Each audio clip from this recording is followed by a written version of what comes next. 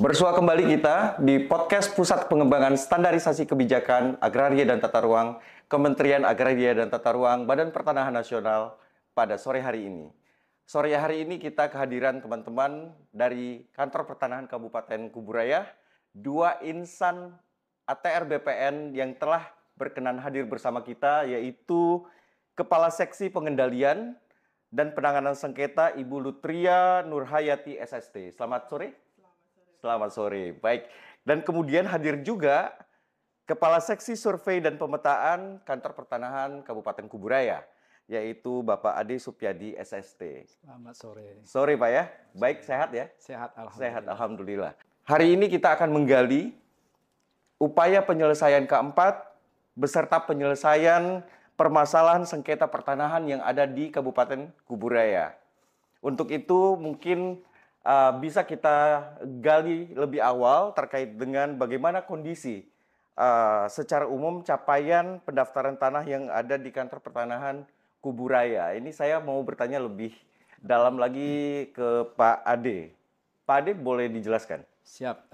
Terima kasih Pak atas pertanyaannya. Mungkin coba saya jelaskan.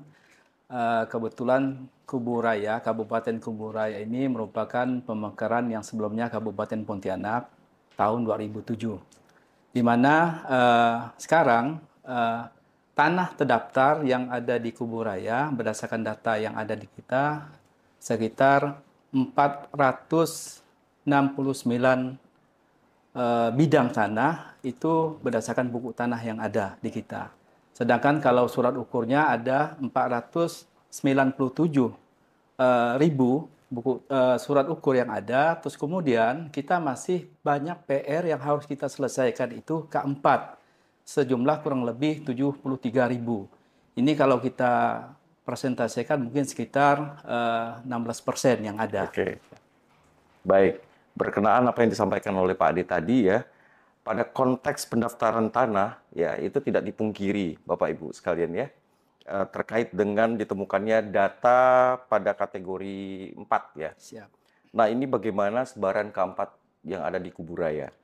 Baik, kalau bicara keempat, memang itulah jadi masalah.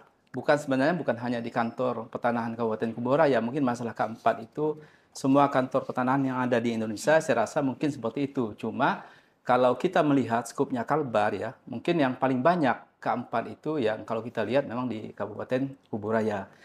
Kaitan kesebarannya itu di mana kita ketahui bahwa Kantah Kuburaya itu wilayahnya itu terdiri atas 9 kecamatan, terus kemudian ada 123 desa, di mana sebaran keempatnya itu ada kurang lebih sekitar ada 110 desa, hampir tersebar semua, itu ada keempat. Kemudian setelah kita lihat yang boleh dikatakan keempatnya boleh katakan tidak ada, mungkin sudah banyak kita selesaikan pada waktu itu sampai ke desa lengkap itu kurang lebih ada sekitar 13 desa. Itu yang sekarang lagi kita coba perbaiki data yang ada. Kemudian dari keempat tersebut memang berbagai permasalahan yang ada, kompleksitas masalah yang ada itu yang jadi yang akan kita fokuskan untuk menyelesaikan banyaknya keempat yang tadi yang sudah saya sampaikan itu ada sekitar 16% dari jumlah bidang tanah yang terdaftar di kantor kita. Berarti cukup merata ya Pak. Siap, ya? Pak, Hampir ya. di seluruh sebaran yang ada di Kabupaten Kuburaya. Siap. Kemudian permasalahan yang paling banyak nih Pak, yang ditemui di Kantor Pertanahan Kabupaten Kuburaya ini yang berkenaan dengan pendaftaran tanah, mungkin bisa dijelaskan Pak, seperti apa? Baik Pak, kalau masalah mungkin yang sekarang yang semenjak saya ketahui ya, semenjak saya kebetulan bergabung di Kantah Kuburaya itu di pertengahan tahun 2022, sebenarnya yang sekarang yang banyak mencuat permasalahan yang ada itu misalkan yang pertama itu masalah konsolidasi tahun 91 yang boleh dikatakan sampai sekarang banyak laporan-laporan masyarakat. Memang kita pahami, kita ketahui hal tersebut, kegiatan konsolidasi tahun 91 itu banyak yang belum selesai. Itulah jadi PR kita sekarang yang harus kita selesaikan. Nah, terus kemudian yang tentunya permasalahan yang boleh dikatakan jadi momok khususnya kami di pengukuran itu masalah ketersediaan data teknis. Data teknis yang boleh dikatakan, karena ini kebetulan Kabupaten Pemekaran, boleh dikatakan data teknis yang sangat terbatas, yang kadang-kadang yang kita tidak ada petunjuk sama sekali terhadap bidang-bidang tanah terdaftar tersebut. Terus kemudian selanjutnya kaitan masalah tumpang tindih. Nah, ini yang boleh dikatakan jadi momok. Yang banyak coba kami uraikan benang kusutnya terhadap permasalahan banyaknya bidang tanah yang tumpang tindih. Terus kemudian juga yang saya lihat itu banyak penguasaan fisik. Penguasaan fisik masyarakat, dia pemegang hak tetapi tidak sesuai atau tidak sesuai dengan apa yang ada di lapangan. Antara fisik dengan sertifikat itu tidak sesuai. Terus kemudian mungkin yang terakhir juga yang sebenarnya juga bukan masalah di kita, tetapi juga akan juga jadi masalah, apalagi di kaitan di pengukuran, khususnya di pemetaan, itu masalah batas administratif data yang boleh dikatakan yang masih pendekatan indikatif, belum ada yang definitif. Ini yang juga yang terkadang memunculkan konflik perebutan masalah batas wilayah, sehingga muncul masalah konflik pertanahan. Jadi apa yang disampaikan oleh Pak Ade tadi ya, begitu kompleksnya tipologi persoalan yang muncul. Ada yang berdasarkan dari pekerjaan yang sudah berjalan, kemudian juga munculnya tumpang tindih. Nah, ini mungkin ada pertanyaan yang sedikit menggelitik juga buat Ibu Lutria ya, yang disampaikan oleh Mbak Kasih Satu, gitu. Tumpang tindih ini seberapa banyak sih yang ada di Kuburaya? Ya, terima kasih Pak. Jadi terkait tumpang tindih tanah ini mungkin secara umum masyarakat kalau mengadu yang melakukan pengaduan pasti rata-rata adalah tumpang tindih tanah, ya kan? Pasti mereka mengadu saat melakukan layanan atau apapun, ternyata di atas bidang tanahnya terdapat bidang tanah pihak lain gitu yang sudah terdaftar juga. Nah, itulah yang rata-rata seperti itu yang terjadi di kita pengaduannya ya, rata-rata terjadi terkait dengan tumpang tindih ini. Dan ini sudah lama juga, dan mungkin Kuburaya ini terkenal gitu kalau ditanya kanta mana yang banyak tumpang tindihnya, ya Kuburaya ini salah satu kanta yang menyumbang tumpang tindih yang lumayan tinggi gitu ya. Itu yang terjadi memang, dan itu memang benar gitu. Ya, yang sebagaimana kita ketahui juga bahwasanya tumpang tindih ini kan masif ya di Indonesia ya, tidak hanya di Kuburaya saja saya pikir, juga di kabupaten ataupun kota lain yang ada di Indonesia. Nah, kira-kira dalam proses upaya penyelesaiannya seperti apa, Bu Lutria? Secara umum penyelesaian permasalahan sebenarnya tentunya ada dua ya. Yang pertama tentunya kita tahu bersama bahwa penyelesaian masalah melalui jalur litigasi. Litigasi, Bang. Litigasi. Iya, secara hukum ya. Secara hukum. Terus yang kedua adalah jalur non litigasi. Ya kan? Kalau litigasi kan upaya hukum melalui badan peradilan gitu ya. Betul. Kalau non litigasi ini upaya pendekatan misalnya melalui mediasi gitu ya. Secara persuasif bagaimana caranya mengatasi persoalan begitu ya. Para pihak gitu ya. Kita ketemukan para pihak untuk bisa dapat berbicara bersama. Artinya ada win-win solutions di situ, kedua belah pihak. Ya, itu yang selama ini sudah kita lakukan gitu.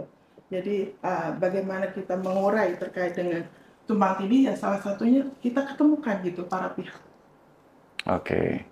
Apa yang diutamakan ketika Anda melakukan mediasi, terutama berhadapan dengan para pihak yang bermasalah? Kalau yang dilakukan apa oleh kita, tentu semuanya tidak lepas dari ketentuan. Pasti kita ya Permen 21 tahun 2020 tentang penyelesaian kasus pertanahan. Terus kemudian tentu para pihak kita antarkan untuk selalu melengkapi berkas masuk segala macam kan. Setelah itu kemudian saat mediasi kita ketemukan para pihak. Yang pertama yang saya lakukan pasti terkait dengan kebenaran objek ya. Ini kita berkoordinasi dengan seksi 1, seksi 2 gitu kan. Karena saling berkaitan. Iya, sebagai supporting data kan mereka kan. Karena kami yang menggunakan ya, yang support data tetap kasih 1 dan kasih 2 itu pasti. Kemudian setelah data ada, kita pastikan dulu kepada para pihak.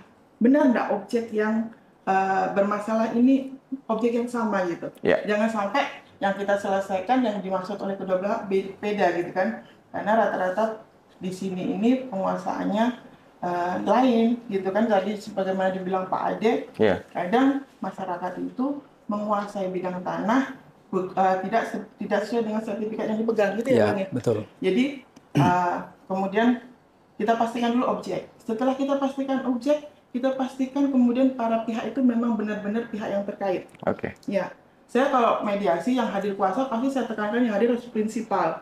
Itu sudah wajib sesuai dengan ketentuan.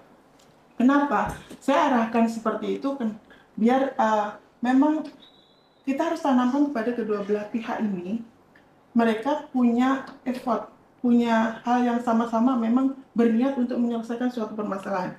Ya, dalam hal ini kan kita hanya memfasilitasi aja. Ya, artinya ada itikat baik antara kedua belah pihak untuk menyelesaikan. Betul. Ya. Jadi harus ada memang kedua belah pihak ini mempunyai satu tujuan yang sama-sama ingin menyelesaikan. Bukan mencari-cari masalah baru gitu ya. Oke. Gitu. Jadi itu yang. Oke, sepanjang yang Pak Lutria lakukan upaya penyelesaian mediasi ya, sengketa kita bilang seperti itu. Sudah berapa banyak sengketa yang sudah terselesaikan yang ada di Kantah Kuburaya? Oke. Tahun 2023 itu sengketa yang masuk itu sekitar 30 kasus. 30 kasus dalam satu tahun? Satu tahun. 30 pengaduan yang memang terkait kasus pertanyaan ya, 30.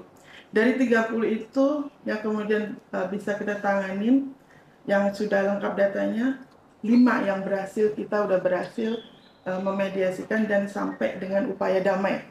Kita buat suatu akte perdamaian dan perdamaiannya dari sini. Artinya berhasil ya, di situ berhasil. Ya. Oke, 5 kasus itu ya. Kepuasan sendiri lah betul, itu bagi betul. kita gitu kan. Karena menangani kasus itu ya seringkali kita berhadapan dengan masyarakat yang mengeluh, status kepemilikan tanah saya seperti apa, kok tidak jelas, ada tumpang tindih di atasnya, kemudian juga yaitu tadi ya, rasa kepuasan yang dialami ya. Dan dengan dinamikanya tentunya ya. Oke. Jadi bukan berarti orang datang itu dengan baik-baik saja. Mereka pertama ada juga yang gebrak meja gitu kan ya.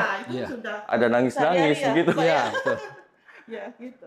Ya, itu mungkin sekelumit pengalaman yang dialami oleh Pak Lutria ya, terkait dengan upaya penyelesaian sengketa. Kalau perkara seperti apa?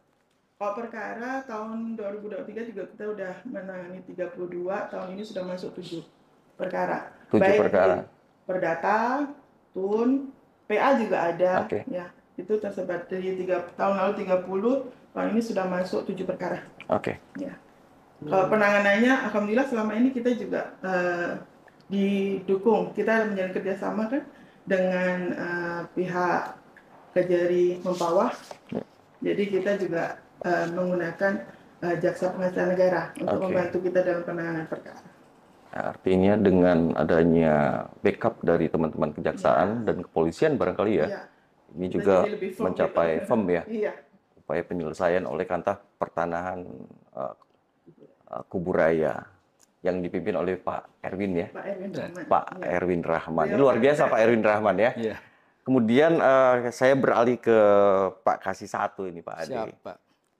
Ada pertanyaan, sejauh mana sih kantor pertanahan Kabupaten Kuburaya ya ini mengupayakan penyelesaian terhadap kendala, kemudian juga salah satunya seperti penomoran ganda, baik itu GS, SU yang tidak ditemukan atau mungkin belum terentry ya di sistem KKP.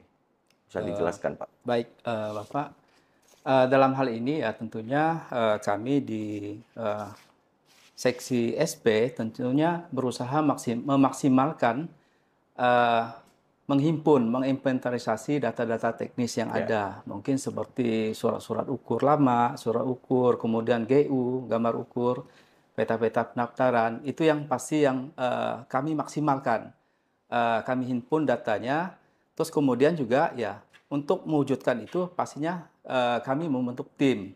Membentuk tim, ada tim validasi. Terkadang banyak masyarakat yang akan melakukan proses pelayanan di kita karena kebetulan banyak sertifikat lama yang tidak kita ketahui, bahkan terkadang tidak ada data teknis sama sekali untuk memastikan letak bidang tanah tersebut. Akhirnya kadang tim validasi kita akan melakukan survei ke lapangan, mengambil titik, memastikan bahwa memang bidang tanah tersebut posisinya sesuai. Kalau memang kita punya petunjuk data, apakah memang sudah sesuai? Karena yang Oke. kita ketahui juga banyak permasalahan itu banyak juga memang secara fisik dikuasai, tetapi secara data yang ada di kantor ada ketidaksesuaian. Tadi mungkin yang sudah pernah saya sampaikan tadi di awal, banyak penguasaan-penguasaan fisik di lapangan yang tidak sesuai dengan hak yang dia pegang. Berarti ada sertifikat. kesulitan untuk mengidentifikasi bidang di sana ya. Iya, Dan salah satu juga yang disampaikan oleh Pak Ade tadi adalah trik bagaimana penguatan tim dalam penyelesaian. siap. Ya. Ya. Ada trik lainnya mungkin Pak? Tentunya dalam hal ini untuk memaksimalkan kaitan ke peningkatan kualitas data keempat ini, Ya. tadi selain kami bentuk tim khususnya DSP yang tentunya tidak kalah pentingnya tetap harus berkoordinasi dengan seksi PHP yang pasti. Karena apa? Harus kita pastikan terlebih dahulu memang dalam hal ini buku tanah. Karena kunci utama itu kan buku tanah. Buku tanah dalam arti kata yang memang betul-betul masih aktif. Buku tanah yang masih berlaku. Kadang-kadang kita banyak data-data yang seolah-olah jumlahnya banyak, tetapi sekali kita scanning ulang, akhirnya buku tanah tersebut banyak yang sudah misalkan berakhir, yang punya jangka waktu, atau mungkin yang sudah karena dia dipecah, kemudian tidak dimatikan induknya. Itu yang kadang-kadang yang jadi masalah. Terus kemudian juga upaya antar seksi juga yang telah kami lakukan, koordinasi, ya tentunya juga secara eksternal juga, ya pasti kami akan berkoordinasi dengan instansi lain. Dalam hal ini yang paling sering berhubungan itu dengan pihak desa. Di mana pihak desa ini tentunya kita berusaha setiap desa itu kita himpun. Yang tadi saya sampaikan potensi keempat setiap desa, tadi yang saya sampaikan tuh kurang lebih ada masih tersebar di 110 desa itu. Coba kita berkoordinasi dengan pihak desa menyampaikan datanya itu.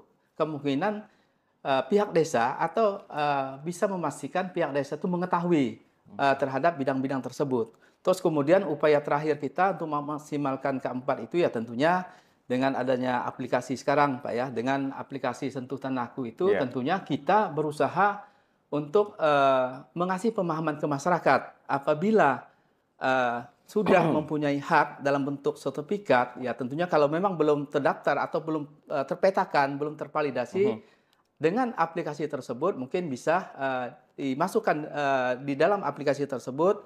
Nanti kita cross-check di kantor apakah memang apa yang disampaikan atau dimasukkan titik koordinat di dalam aplikasi tersebut sudah sesuai apa belum. Itu salah satu juga upaya kita dengan sosialisasi di Sentuh Tanahku untuk meningkatkan kualitas data yang tadi boleh dikatakan keempat yang dengan jumlah yang boleh dikatakan 73.000 sekian. Karena yang saya ketahui waktu pertama saya masuk di Kantah Kuburaya di pertengahan tahun 2022 itu keempat itu masih sejumlah kurang lebih 100.000 Pak. Jadi mungkin ada penurunan sekitar 27.000 dalam ya hampir tren waktu sekitar hampir 2 tahun lah. Itu aja Pak. Oke. Saya tarik ada satu benang merah yang disampaikan oleh Pak Ade ya. Ada komunikasi efektif yang dilakukan baik secara internal penguatan tim. Karena kenapa? Antara seksi 1, 2, dan 5 itu berkenaan satu dengan yang lainnya. Betul ya? Iya. Dan kemudian ada komunikasi efektif yang dilakukan secara eksternal. Bagaimana berkoordinasi dengan pihak desa atau kelurahan, dan mungkin ya perangkat lainnya ya, seperti itu. Termasuk juga sistem aplikasi KKP. KKP ya. Oke. Apakah ada semacam SOP Pak Ade terkait kebijakan kantor pertanahan sendiri untuk upaya penyelesaiannya? Trik khusus mungkin yang inisiasi oleh Pak Kakan.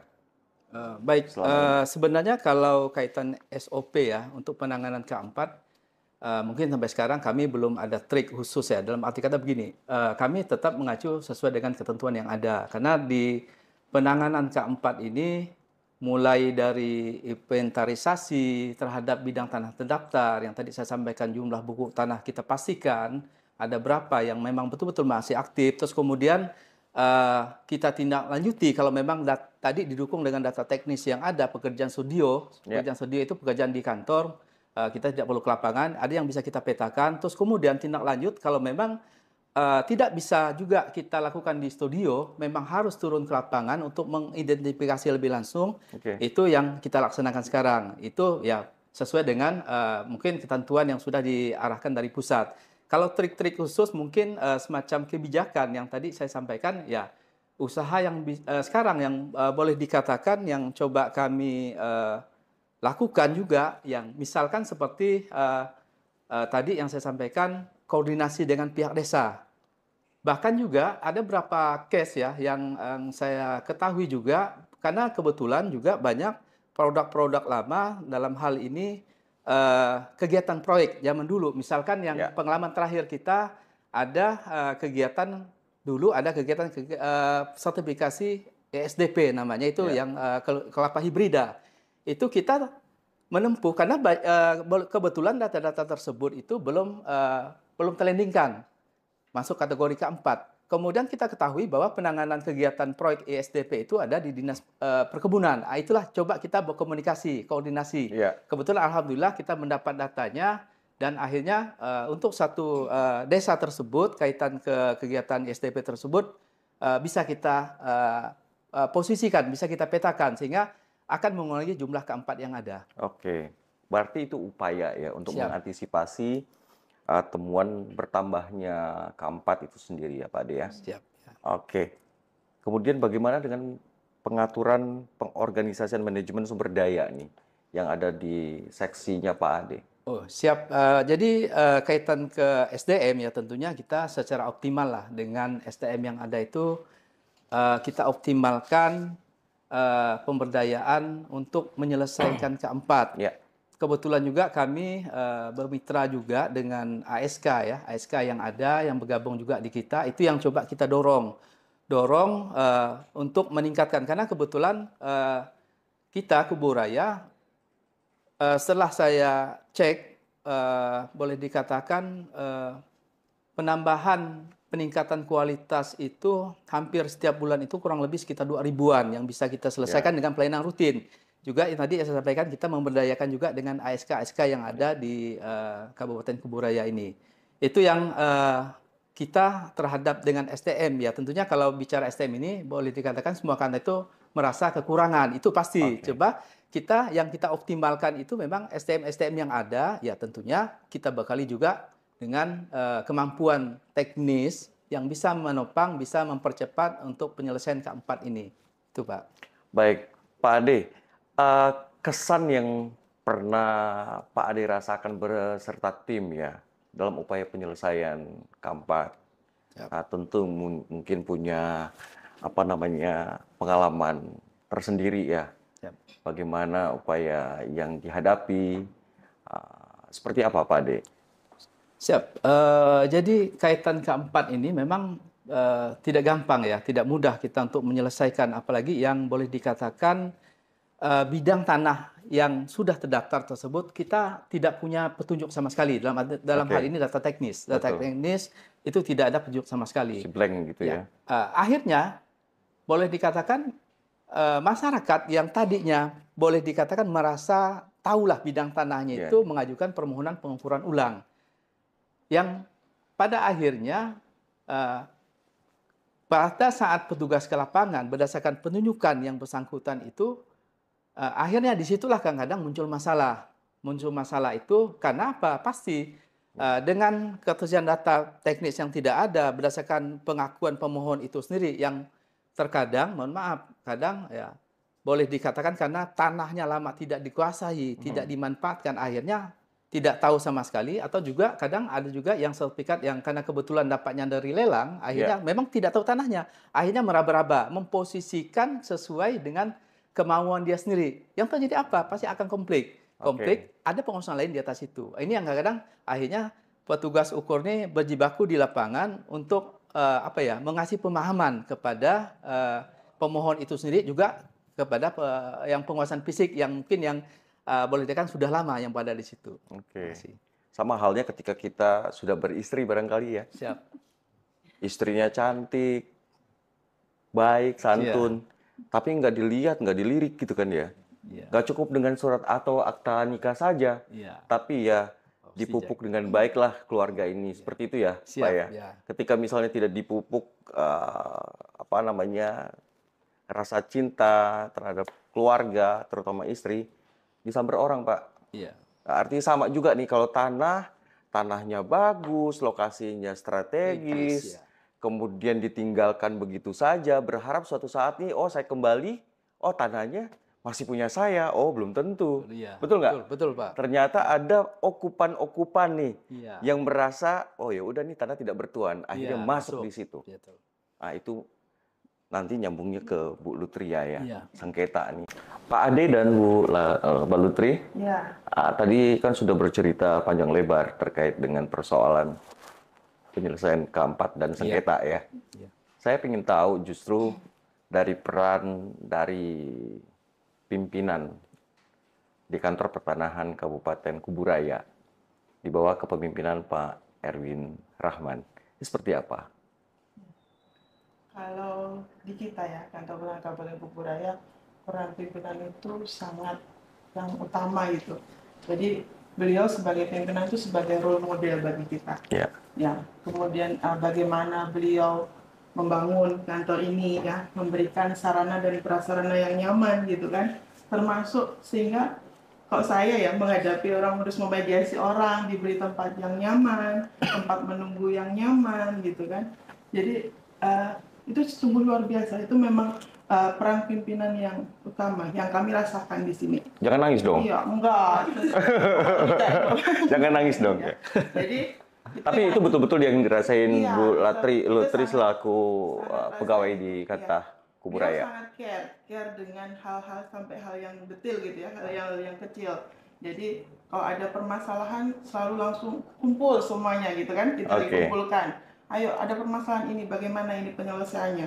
Jadi segi 1, 2, 3, 4, 5 kasubag TU gitu kan. Ya. Jadi kita berkumpul sehingga hal itulah yang mungkin menjadikan kita firm gitu ya, kuat, tegak gitu Iya. dalam menghadapi berbagai permasalahan yang ada di sini. Oke. Gitu kan? Kalau- Gitu kan ya Pak Ade? Betul. Gitu ya, kita rasain seperti itu selama ini. Oke. Ya. Nggak fair kalau misalnya kita nggak minta pendapat dari Pak Oh, iya. Ade nih. Pak Ade gimana?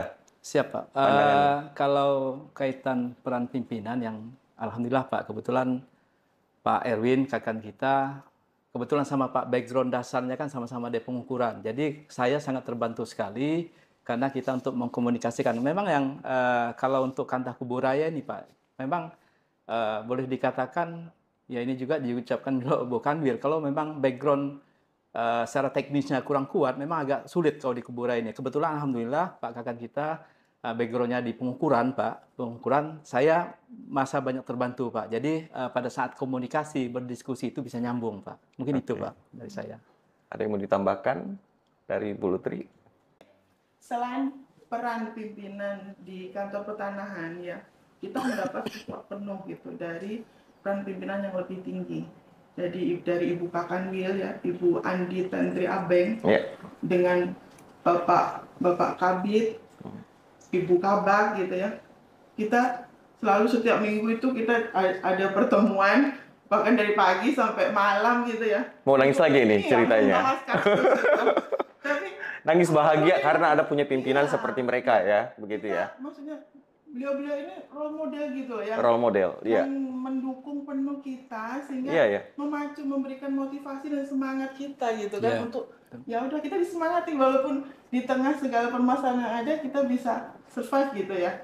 Dan saya sangat salut banget. Oke, mungkin pertanyaan terakhir dari Pak Ade, ini bisa saya sampaikan bagaimana apa yang dirasa, mungkin pesan apa yang akan disampaikan oleh Pak Ade selaku pegawai atau insan ATR BPN kepada masyarakat, barangkali dalam berbagi ilmu di kesempatan pada sore hari ini, begitu juga oleh Bu Lutri secara bergantian. Silakan. Ya, baik, Pak.